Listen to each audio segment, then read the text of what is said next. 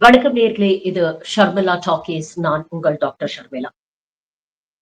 பிரபல நகைச்சுவை நடிகர் ரோபோ சங்கர் அவர்கள் காலமானார் அப்படிங்கிற செய்தி நேத்து கேட்டோன்ன மனசுக்கு ரொம்ப கஷ்டமா இருந்தது. சமூக வலைதளங்கள்ல பாத்தீங்கன்னா, 2 விதமான விஷயங்கள். ஒரு பக்கம் பாத்தீங்கன்னா, அவர் நடிச்ச அந்த காமெடி சீன்ஸ் எல்லாம் ஷேர் பண்ணி, அ இவ்வளவு சின்ன வயசுலயே இறந்து போயிட்டாரே அப்படின்னு தங்களுடைய இரங்கல்களை பதிவு செய்யக்கூடிய ஒரு தரப்பினர். இன்னொரு தரப்பினர் நீங்க பாத்தீங்கன்னா, நெறைய வன்மங்கள். குடிச்சா இப்படிதான் ஆகும். அது உயிரோட இருக்கும்போது தெரிஞ்சிருக்கணும். இது போன்ற இன்னும் சொல்ல வாய் கூசக்கூடிய நெறைய கமெண்ட்ஸையும் வந்து பார்க்க முடிஞ்சது. எல்லாத்துலயும் காமனா இருக்கக்கூடிய ஒரு ஃபேக்டர் என்ன அப்படின்னு பார்த்தீங்கன்னா, ரொம்ப சின்ன வயசுல அவர் இறந்து போயிட்டாரு. அவருக்கு 46 வயசு தான் ஆகுது அப்படிங்கிறது வந்து நேத்து அந்த செய்திகள்ல பார்க்கும் பொழுது தான் உண்மையிலேயே கொஞ்சம் ரொம்ப அதிர்ச்சியா இருந்தது. ஏன்னா இது வந்து வாழ வேண்டிய ஒரு வயசுல வந்து அ இப்படி நம்மள விட்டு பிரிஞ்சு போயிட்டாரே அப்படிங்கிற ஒரு சோகம். எனக்கு பர்சனலா ரோபோ சங்கர தெரியுமா அப்படின்னு கேட்டீங்கன்னா, பர்சனலா அவர தெரியாது. நான் வந்து 2டே 2 சந்தர்ப்பங்கள்ல தான் அவர மீட் பண்ணியிருக்கேன். ஆ ஒண்ணு வந்து விஜய் டிவில ஃபர்ஸ்ட் அந்த கலக்கப்போவது யாரு சீசன்ல அவர் வின் பண்ணதுக்கு அப்புறம் நான் ஒரு ஷோ பண்றேன். பக்கத்து இதுலயே வேற ஒரு ஷோவோட ஷூட்டிங் நடக்குது. அப்போ நான் அவர மீட் பண்ணேன். அண்ட் எனக்கு வந்து கேப்டன் விஜயகாந்த் ரொம்ப பிடிக்கும். நான் தீவிர விஜயகாந்த் ரசிகை. அப்போ வந்து அவர் வந்து அந்த கேப்டன் விஜயகாந்த வந்து ரொம்ப அழகா இமிட்டேட் பண்ணுவாரு. அவரோட அந்த பாடி லாங்குவேஜ், அவருடைய உருவம் எல்லாமே வந்து அதுக்கு ரொம்ப பொருத்தமாக இருக்கும். அப்போ ஒரு வாட்டி எனக்காக செஞ்சு காட்டுங்களேன் அப்படின்னு கேட்டோம்னா, ரொம்ப அ தயங்காம ஒப்ளைஜ் பண்ணாரு. எனக்கு அது அ அப்ப வந்து ஒரு நல்ல ஒரு it was a very nice positive vibes from him.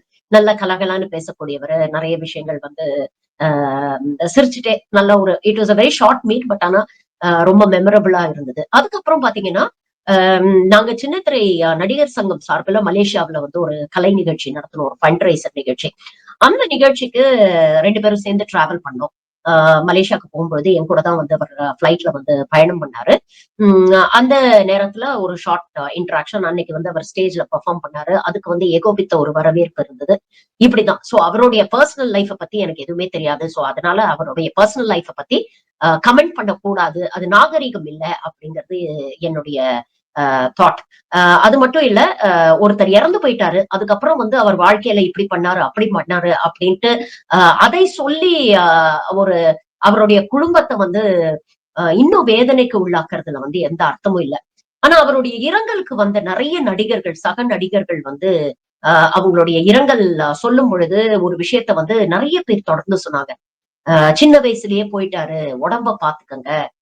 உடம்பு தான் முக்கியம். ஆரோக்கியம் தான் முக்கியம். அண்ணன பார்த்து நாமெல்லாம் ஒரு பாடம் கத்துக்கணும் அப்படிங்கிற விஷயங்கள்லாம் வந்து சொன்னாங்க. அ பொதுவாகவே வந்து ஒரு திரைத்துறையில ஒரு சம்பவம் நடந்ததுன்னா, அது வந்து ஒரு பெரிய ஒரு கவன ஈர்ப்பை ஏற்படுத்தும். மக்கள் கிட்ட வந்து ஒரு பெரிய ஒரு கியூரியாசிட்டி ஃபேக்டர் வந்து ஏற்படுத்தும் அப்படிங்கிறத நம்ம பார்க்கிறோம். ஆனா திரைத்துறையில மட்டும் தான் இது நடக்குதா அப்படின்னு கேட்டீங்கன்னா, இல்ல. சராசரி வாழ்க்கையில இது போன்ற தினம் தினம் எத்தனையோ சம்பவங்கள் நடந்துகிட்டு இருக்கு. ஆனா அது திரைத்துறையில நடக்கும் பொழுது அதுக்கு ஒரு கவன ஈர்ப்பு ஏற்பட்டு அத பத்தி நம்ம பேசிக்கிட்டு இருக்கோம். நடிகர் ரோபோ சங்கர் அவர்கள் இறந்ததுக்கு காரணம் அப்படிங்கிறத பாத்தீங்கன்னா, நெறைய பேர் வந்து சொல்றாங்க, கல்லீரல் சம்பந்தப்பட்ட நோய் இருந்தது அவருக்கு. மல்டிபிள் ஆர்கன் ஃபெயிலியர் வந்துருச்சு. ஏற்கனவே ஒரு வாட்டி அ கல்லீரல் சம்பந்தப்பட்ட நோயினால, ஜாண்டிஸ்னால ரொம்ப அவதிப்பட்டு, அ அதுலேருந்து வந்து அவர் மீண்டு வந்து, அதுக்கப்புறம் திரும்ப அவருடைய வாழ்க்கைய ரீஸ்டார்ட் பண்ணி, அவர் இப்ப வந்து திரும்பவும் நல்ல பிஸியா நடிச்சுட்டு இருந்தாரு. நல்ல ஒரு ஆரோக்கியமா இருக்கிறாரு அப்படின்னு நினைக்கக்கூடிய ஒரு தருணத்துல, மீண்டும் ஒரு செட்பேக் நடந்து 2 நாள் முன்னால அவர ஹாஸ்பிட்டல்ல அட்மிட் பண்ணியிருக்கிறாங்க. அதுக்கப்புறம் வந்து அவருக்கு மல்டிபிள் ஆர்கன் ஃபெயிலியர் ஏற்பட்டு அவர் இறந்து போயிருக்கிறாரு அப்படின்னு. ஒருத்தர் இறந்து போனதுக்கு அப்புறம் அவருடைய பர்சனல் லைஃப வந்து போஸ்ட்மார்ட்டம் பண்றத தாண்டி, அதுல இருந்து சில விஷயங்கள வந்து இந்த சமூகத்துக்கு ஒரு மருத்துவரா நான் சொல்லணும் அப்படின்னு நினைச்சேன். அதனால இந்த பதிவ நான் போடுறேன். ஆ கல்லீரல் நோய் அப்படிங்கிறது வெறும் ஒரு ஆல்கஹால்னால மட்டும் தான் ஏற்படுமா அப்படின்னு கேட்டீங்கன்னா, இல்ல.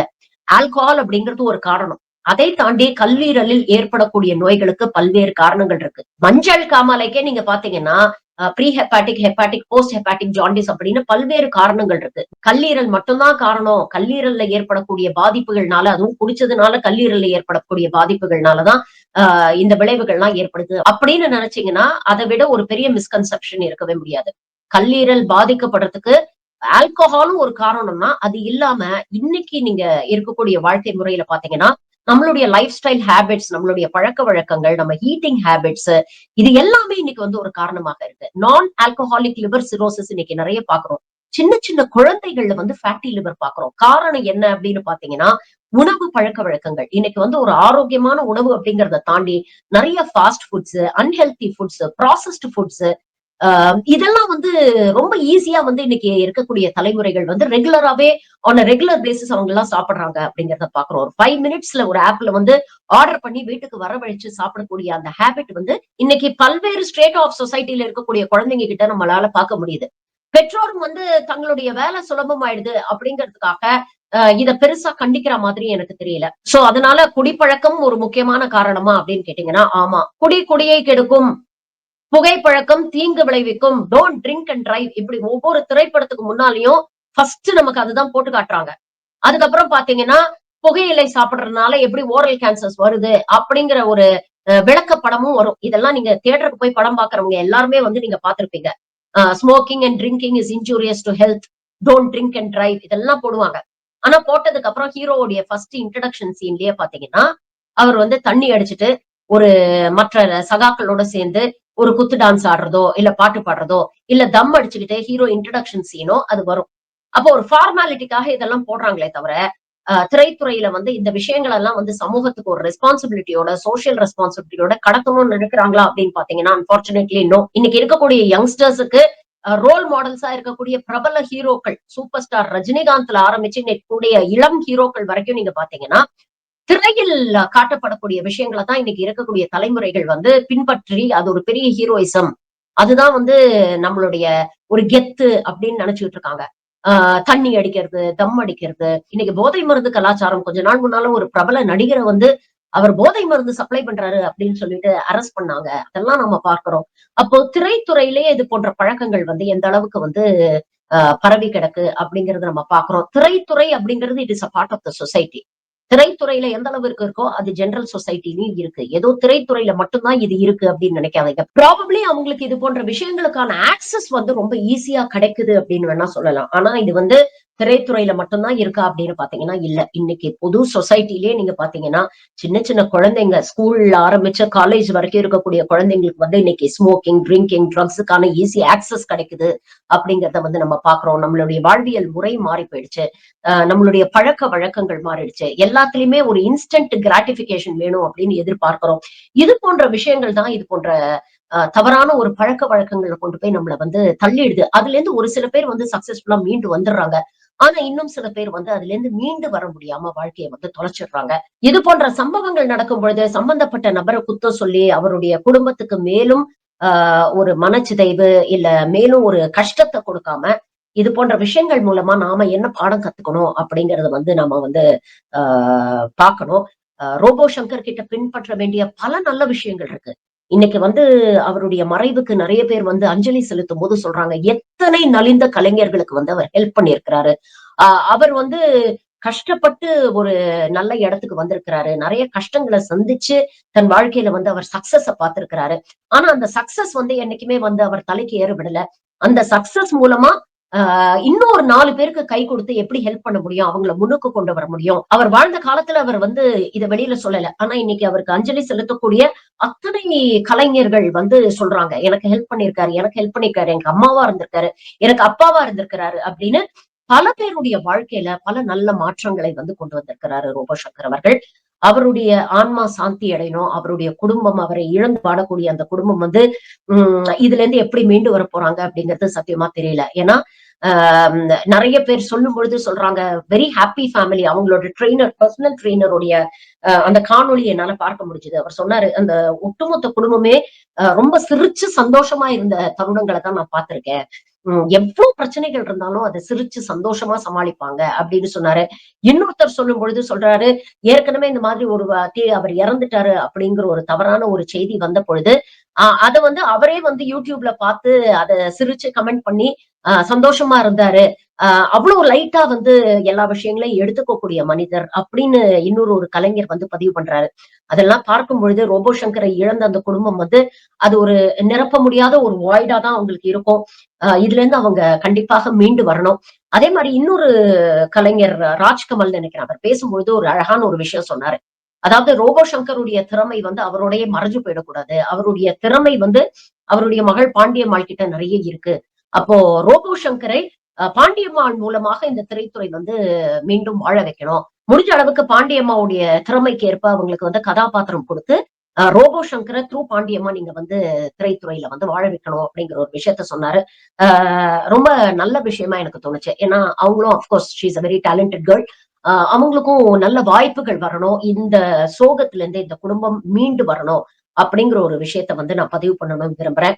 At the end of the day cigarette ஸ்மோக்கிங்கா இருக்கட்டும், ஆல்கஹாலா இருக்கட்டும், ட்ரக்ஸா இருக்கட்டும், பொதுவாக இதெல்லாம் பழக்கம் உடையவர்கள் சொல்லக்கூடிய காரணம் என்னன்னா, ஒரு ஸ்ட்ராட்டா ஆஃப் சொசைட்டில பாத்தீங்கன்னா, கடுமையான உடல் உழைப்பு செய்யறோம். எங்களுடைய களைப்ப மறைக்கிறதுக்காக நாங்க குடிக்கிறோம் அப்படின்னு சொல்லுவாங்க. எங்க வலிய மறக்கிறதுக்காக நாங்க குடிக்கிறோம் அப்படின்னு சொல்லுவாங்க. எனக்கு ரொம்ப சோகம் இருக்கு. அந்த சோகத்த மறக்கிறதுக்காக நான் குடிக்கிறேன் அப்படின்னு குடிக்கக்கூடியவங்க, இல்ல இந்த மாரி பழக்கவழக்கம் இருக்கக்கூடியவங்க பல்வேறு காரணங்கள் சொல்லலாம். ஆனா, alcohol or smoking is not the solution to your problems.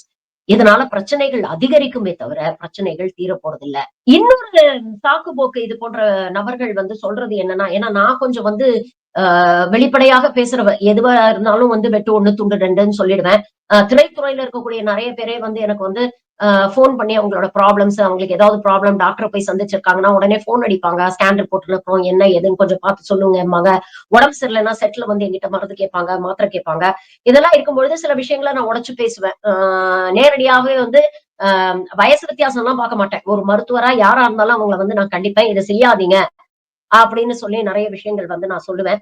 அ அவங்க எல்லாம் சொல்லக்கூடிய ஒரு விஷயம் என்னன்னா, நான் வீக்கெண்ட்ல மட்டும் தான் குடிப்பேன் மேடம். நான் ஒரு சோசியல் ட்ரிங்கர் தான். வீக்கெண்ட்ல ஃபிரெண்ட்ஸோட ஜாலியா இருக்கும்போது ஒரு 2 பெக் அடிப்பேன் அப்படின்னு. அப்போ நான் சொல்லக்கூடிய ஒரே விஷயம் என்னன்னா, இந்த சிகரெட் ஸ்மோக்கிங், ஆல்கஹால், ட்ரக்ஸ் எதுவா இருந்தாலும் விஷம் அப்படிங்கிறதுல வந்து என்ன கொஞ்சம் விஷம் சாப்பிடுறேன், அதிக விஷம் சாப்பிடுறேன் அப்படிங்கிறதெல்லாம் வித்தியாசமே கிடையாது. விஷம் விஷம் தான். அது நீங்க எப்ப சாப்பிட்டாலும் அது உடம்புல பாதிப்பை ஏற்படுத்தும் தான். இதுல வந்து நல்லது, கொஞ்சமா சாப்பிட்டா நல்லது. அதனால வந்து ஹார்ட் டிசீஸ் வராது. இது போன்ற தவறான கிளைம்ஸ வந்து தயவு செஞ்சு நம்பாதீங்க. 2வது மிக முக்கியமான விஷயம், இன்னைக்கு அதுவும் இந்த எரா ஆஃப் சோசியல் மீடியால பாத்தீங்கன்னா, நெறைய இந்த செல்ஃப் டிக்ளேர்ட் ஹெல்த் இன்ஃப்ளூயன்சர்ஸ் நெறைய பேர் இருப்பாங்க. ஆ அலோபதிக்கு எதிராக அன்சைன்டிஃபிக்கான மெத்தட்ஸ ப்ரமோட் பண்றவங்க நெறைய பேர் இருக்கிறாங்க. ஆல்டர்னேட்டிவ் சிஸ்டம்ஸ் ஆஃப் மெடிசின ப்ரமோட் பண்றவங்க நெறைய பேர் இருக்கிறாங்க. இதுல வந்து குறிப்பாக இந்த மஞ்சள் காமாலை நோய்க்கு நீங்க பாத்தீங்கன்னா, நெறைய பேர் பாத்தீங்கன்னா அலோபதியை நாடாம ஆல்டர்னேட்டிவ் சிஸ்டம் ஆஃப் மெடிசின்ல வந்து ட்ரீட்மெண்ட் எடுத்துக்கிறோம். நாங்க வந்து சித்தாவ பாக்குறோம். நாங்க ஆயுர்வேதால எடுத்துக்கிறோம். ஹோமியோபதியில எடுத்துக்கிறோம். நெறைய பேர் போறீங்க. தயவு செஞ்சு இதெல்லாம் அவாய்ட் பண்ணுங்க. இத நான் தொடர்ந்து பல காணொளிகள்ல நான் வந்து பேசிட்டேன்.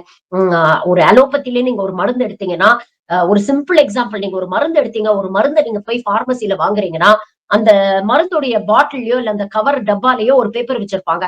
அந்த பேப்பர்ல வந்து இந்த மருந்துல என்னென்ன கலந்திருக்கு, என்னென்ன கெமிக்கல்ஸ் இருக்கு, அந்த ஒவ்வொரு கெமிக்கலுடைய ஆக்ஷன் என்ன, அது உங்க உடம்புல எவ்வாறு வேலை செய்யும், இந்த மருந்த வந்து யாரெல்லாம் சாப்பிடலாம், எந்த டோசேஜ்ல சாப்பிடலாம், யாரெல்லாம் சாப்பிடக்கூடாது, எதனால சாப்பிடக்கூடாது, இதனால என்னென்ன பக்க விளைவுகள் வர்றதுக்கு வாய்ப்பு இருக்கு, அப்போ என்னென்ன பிரச்சனைகள் இருக்கிறவங்க இத உட்கொள்ளக்கூடாது, இவ்ளோ டீட்டெயில்ஸும் அந்த மருந்துல இருக்கும். அந்த மருந்துடைய அந்த பாட்டில்ல இருக்கக்கூடிய அந்த கவர்ல இருக்கும். நெறைய பேர் அத படிச்சு கூட பாக்குறது கிடையாது. ஏன்னா அலோபதி டாக்டர் மேல இருக்கக்கூடிய நம்பிக்கை. இந்த விஷயங்கள்லாம் கேட்டுட்டு தான் அவங்க நமக்கு பிரிஸ்கிரைப் பண்ணுவாங்க அப்படிங்கிற ஒரு நம்பிக்கை.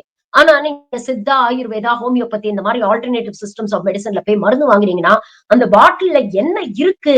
என்ன காம்போசிஷன் இருக்கு அப்படிங்கிறது கூட பெரும்பாலான மருந்துகள்ல வந்து அவங்க போட மாட்டாங்க.